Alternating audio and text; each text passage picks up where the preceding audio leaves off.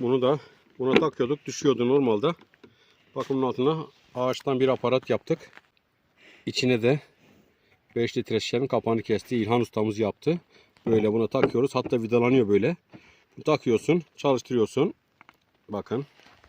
Ateşimizi söndüreceğiz.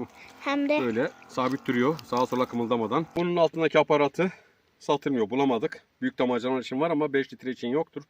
İlhan Usta bunu nasıl yaptı? Birlikte yaptık. Gittik gördük. İlhan Usta'nın eline emeğine sağlık. Şimdi o İlhan Usta'nın yaptığı videoları izletiyorum sizlere. Buyurun.